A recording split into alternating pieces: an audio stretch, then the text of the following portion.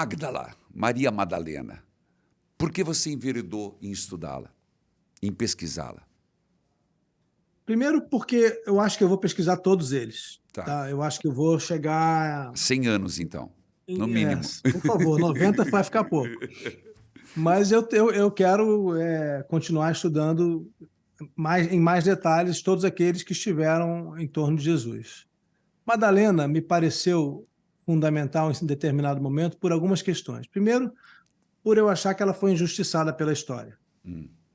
Entendo que quando ela começou a ser compreendida como prostituta, o que foi muito depois, foi só no século VI, Que foi uma homilia de um papa, praticamente, né? um menino de um papa que o que ele disse um acho ali no meio. É, Ele mesmo estava só fazendo talvez pensando alto. entendi. Não era uma bula papal. Não, ele estava pregando Pois ele é, não dá para jogar infalibilidade papal naquele texto. exato. Então, daquela fala, faz-se de Madalena uma prostituta. E aí se constrói toda uma história em torno disso. Eu acho que ela foi injustiçada porque foi apóstola. Agora, o Papa Francisco me parece que conseguiu desfazer essa injustiça ao reconhecer Madalena como apóstola dos Sim, apóstolos. E a gente vivia um momento, e continua vivendo, em que as mulheres, depois de muita opressão, começaram a ter mais voz. sim, Então eu comecei a olhar para Madalena como um símbolo de todas as mulheres, uma representante da história da mulher dentro da humanidade. sim. E quis refletir sobre isso. Então, no livro, eu faço uma reflexão, eu tomo a liberdade poética de me colocar no lugar de Madalena e falar em primeira pessoa, Sim, mas analisando a história, o que foi feito de mim, o que foi feito de Madalena ao longo da história e o que de fato se pode dizer sobre ela. Essa foi a proposta do livro. E interessante. trazendo, né, tentando resgatar a partir dos documentos, a partir dos livros e de tudo que é possível chegar mais perto lá da história, que papel de fato ela terá tido. Aí a gente vai tocar no ponto sensível aqui, né, padre? Os gnósticos. Os Exato. gnósticos trazem depoimentos, diálogos de Madalena que são muito importantes e que Sim, a gente não tem por que duvidar deles. Eu gosto sempre de lembrar as pessoas, padre, por que é que os gnósticos e os apócrifos foram proibidos. Não é porque tudo que está ali é condenável. Às vezes é porque tem uma frase, uma página é, condenável, condena-se o livro inteiro. verdade. Então não é tudo que está ali que não merece respeito. Teve muitos relatos, né, de anotações, pessoas que ouviram tradição oral. Tem depoimentos que você diz, poxa, isso aqui é Jesus falando. Uma anotação de um árabe da Idade Média, veja bem, um árabe, que eu adoro e que ninguém daria crédito a um muçulmano falando de Jesus. Sim, Mas olha só a história. Jesus estava passando diante de algumas pessoas e foi amaldiçoado por elas.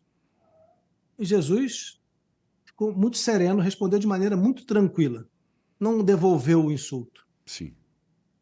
Aí alguém que estava querendo provocar Jesus disse assim: falaram mal de você e você ainda fala bem com eles? Aí eu imagino, essa é a minha liberdade poética aqui agora, imagino Jesus pensando, refletindo, e aí dizendo: olha, cada um oferece o que traz dentro de si. Eu não vou oferecer ódio se eu trago amor dentro de mim. Certo. E isso foi registrado por uma tradição árabe. Será que é mentiroso? Eu acho que não. Não faz sentido com tudo que a gente conhece de Sim, Jesus? Então a gente pode aceitar que é um fragmento de um texto que não chegou aos evangelhos, que não chegou ao Novo Testamento por alguma razão, mas que é válido. Eu acredito que sim, que tem historicidade nessa afirmação por vários outros motivos. certo. E também nos apócrifos tem momentos de historicidade muito grande. Por isso que os historiadores, inclusive católicos, né? Quem é que mais estuda os manuscritos do Mar Morto? São os padres, é o Certo. Vaticano. A escola bíblica francesa de Jerusalém, onde eu estive algumas vezes, são os principais estudiosos. Eles é que encontraram metade dos pergaminhos, depois dos primeiros, foram eles que voltaram lá para procurar e estudam até hoje, porque tem muito conhecimento. Se a gente entende, por exemplo, os essênios de Qumran, né, que eram Sim, o grupo que não gostava dos fariseus nem dos saduceus, porque eram corruptos. certo. Não queriam ficar perto de Jerusalém. Esperavam por um Messias. Tudo o que o cristianismo acredita, os essênios acreditavam Sim, praticamente. Então, a gente pode pensar que Jesus teve contato com eles? João Batista, tudo nos leva a crer. Bento Inclusive, XVI, padres católicos, ele foi essênio. Bento XVI, num dos seus livros sobre a tríade de Jesus, incluindo João Batista, ele afirma com a probabilidade grandiosa de João Batista ser um essênio. Então, João Batista conviveu com Jesus tanto que os dois têm muita coisa em comum. Então, Jesus tem relação com os essênios. Sim. Então, por que não estudar os pergaminhos do Mar Morto, né? Eu acho que é um conhecimento muito grande. Voltando a Maria Madalena, você disse que existe um lado que você sabe que é, entre aspas, para vender ingressos e fazer ruído, Tá cheio dele aí, viu? que coloca Maria Madalena como esposa de Jesus. Uhum. Esse é um caminho que você iria? Pensar que ela pode ter sido esposa de Jesus? Você encontrou alguma coisa nesse caminho? Não, eu só encontro afirmações de que ela não teve nenhum relacionamento homem e mulher com Jesus. Começando pelos essênios, padre, olha só.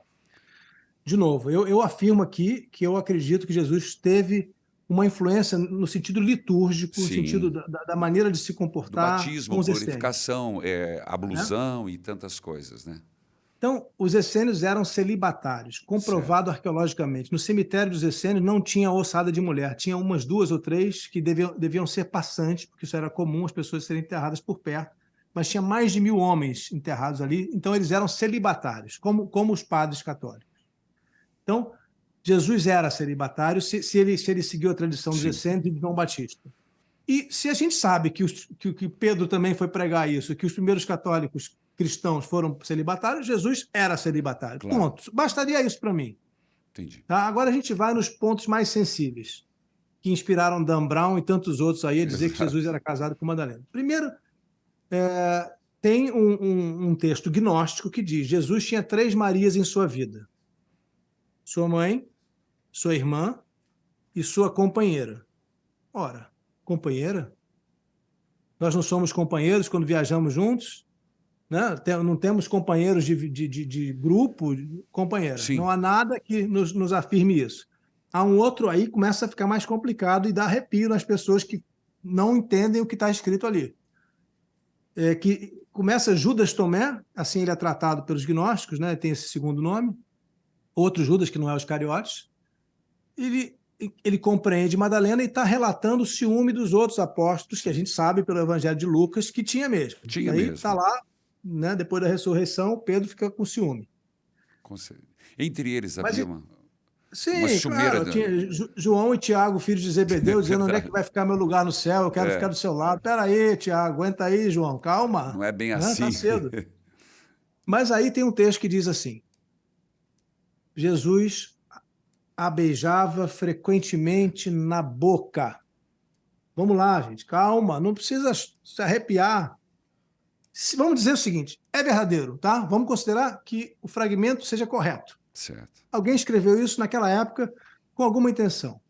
A leitura mais provável que os estudiosos, eu estou falando aqui de Sorbonne, tive agora, por exemplo, com Madeleine Scopelot, que é a maior especialista de gnósticos da Sorbonne, uma das maiores do mundo. Qual é a compreensão? O beijo na boca, a gente está cheio de simbolismo nos evangelhos e nos textos sagrados. O beijo na boca é a transmissão do sopro do conhecimento. Então, você transferir... Primeiro tem o sopro da vida de Deus no Gênesis. E depois, para os gnósticos, o vento é um símbolo do conhecimento. O sopro está associado ao conhecimento. Então, o que eles estavam dizendo? Jesus transmitia conhecimento para ela mais do que para os outros. Daí a causa do ciúme dos outros. Entendi. Essa é uma interpretação muito aceita entre os estudiosos e estudiosos não religiosos, é bom ressaltar. Interessante. Agora, se tudo isso não for suficiente, eu volto. Celibatários essênios, João Batista, Pedro, todos os cristãos, Jesus era celibatário.